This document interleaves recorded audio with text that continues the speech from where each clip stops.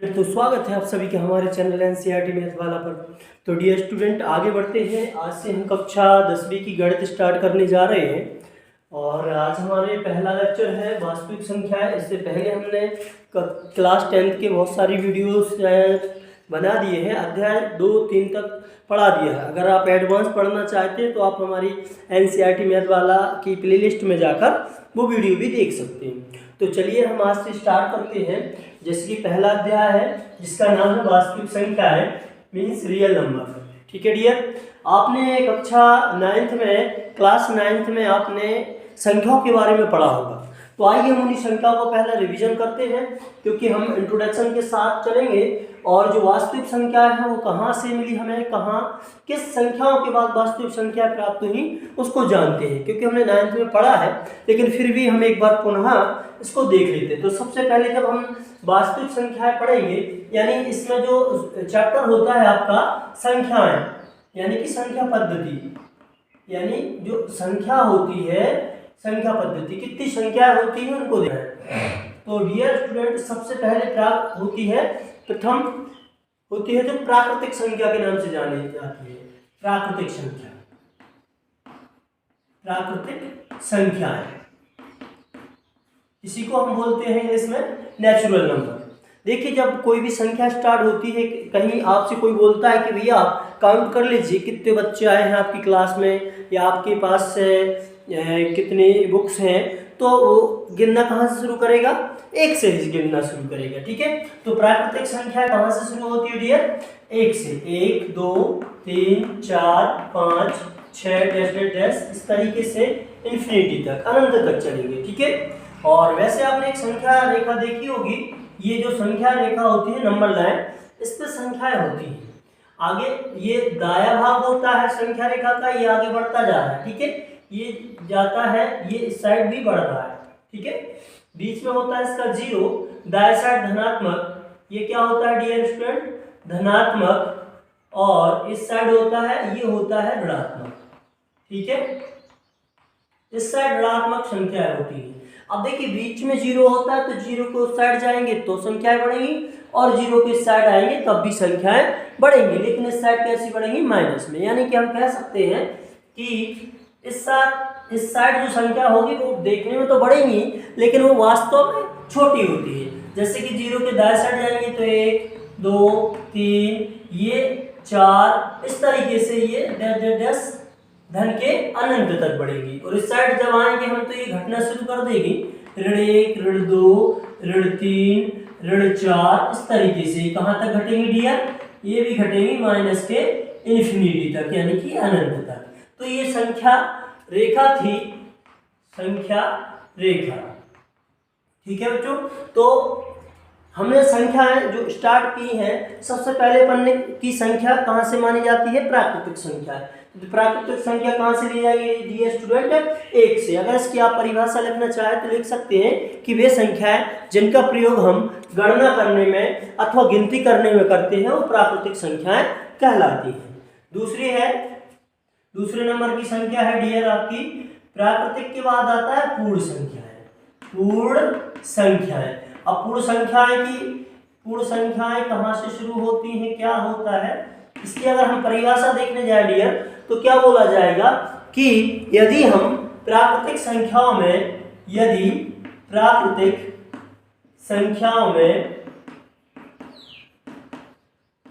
देखिए, अभी हम 1 2 3 4 5 6 7 8 तक गिनती लिख रहे थे, लेकिन हमें इसमें कहीं शून्य नहीं दिखा है।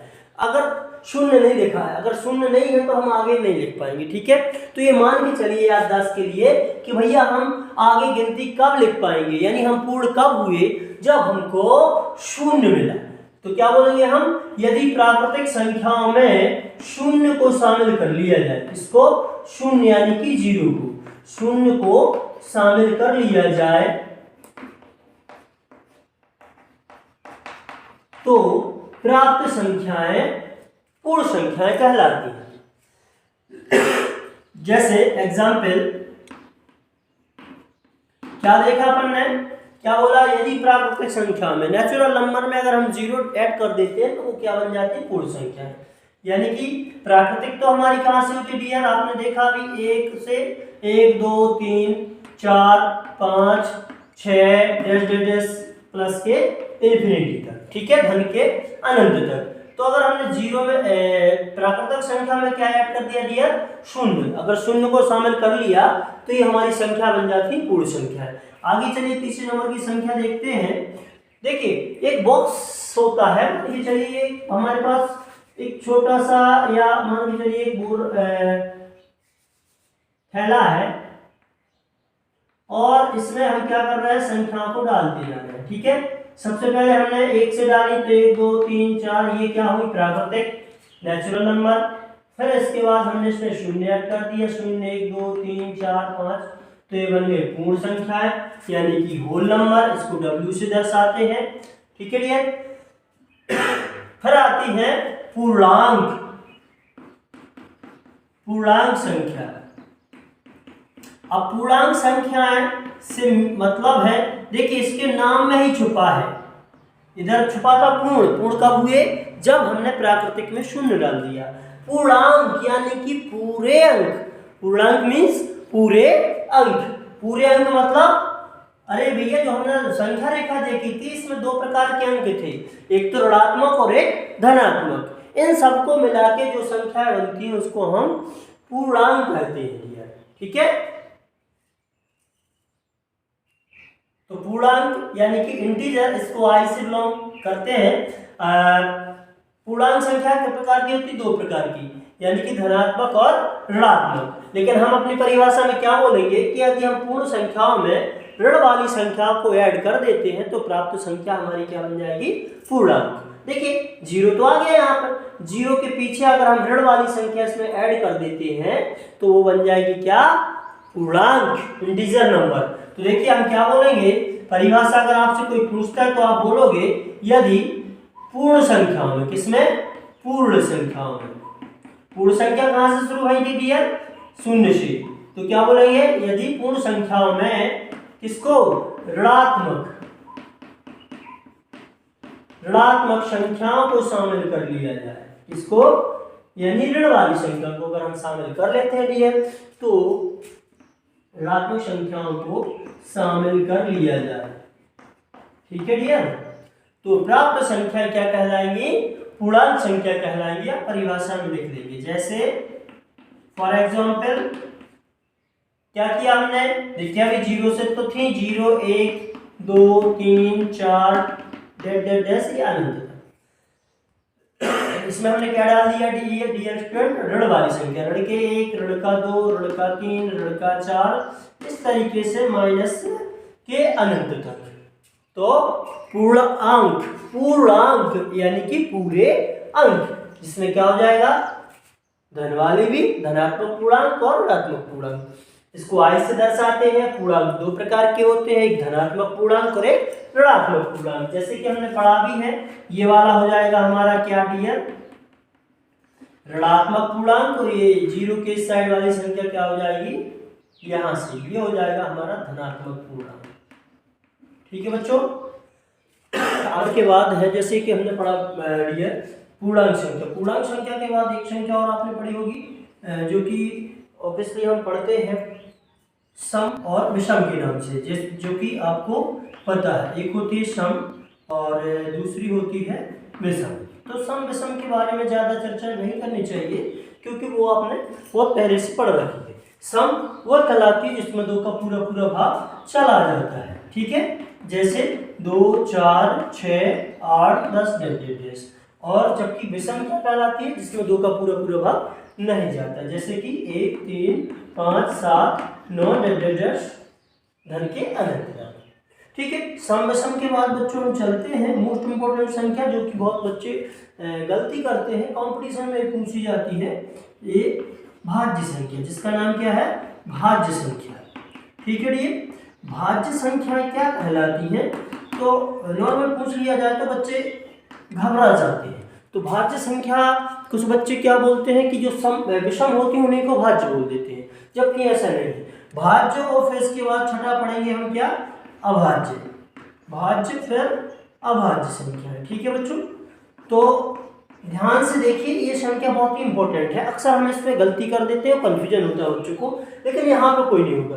इसमें भाज्य में क्या होता है, एक और स्वयं के अलावा, एक और स्वयं के अलावा किसी अन्य संख्या का भाग चला जाए। देखिए भाज्य से प्रतीत होता है जिसमें भाग जा रहा हो, कहीं का जा रहा हो, किसी भी संख्या का, ठीक है। वो अपन ने लिखा है एक और स्वयं। जैसे हमने भी ये 2 को चेक किया। अच्छा, एक बात का ध्यान रखना, गांठ लगा लीजिए, जब हम भाज्य और अभाज्य की बात करते हैं तो एक ना तो भाज्य ना ही अभाज्य, इसको क्रॉस कर दिया जाता है बच्चों, ठीक है। तो ध्यान रखिए, अक्सर गलती कर देते हैं हम, अगर एक आती है तो हम कह देते हैं अभाज्य, ये अभाज्य नहीं है, ना तो भाज्य ना ही अभाज्य। तो फिर संख्या कहाँ से शुरू होगी, भाज्य बाद 2 से, ठीक है। तो भाज्य जैसे अपन ने लिखा एक और स्वयं। अच्छा, कौन सी भाज्य होगी, तो हम अगर 2 को चेक करें, देखिए 2 को हमने क्या लिखा, एक और स्वयं। अच्छा, एक तो ठीक है, स्वयं क्या होगा, ये स्वयं मतलब वही संख्या, कौन सी, ये 2।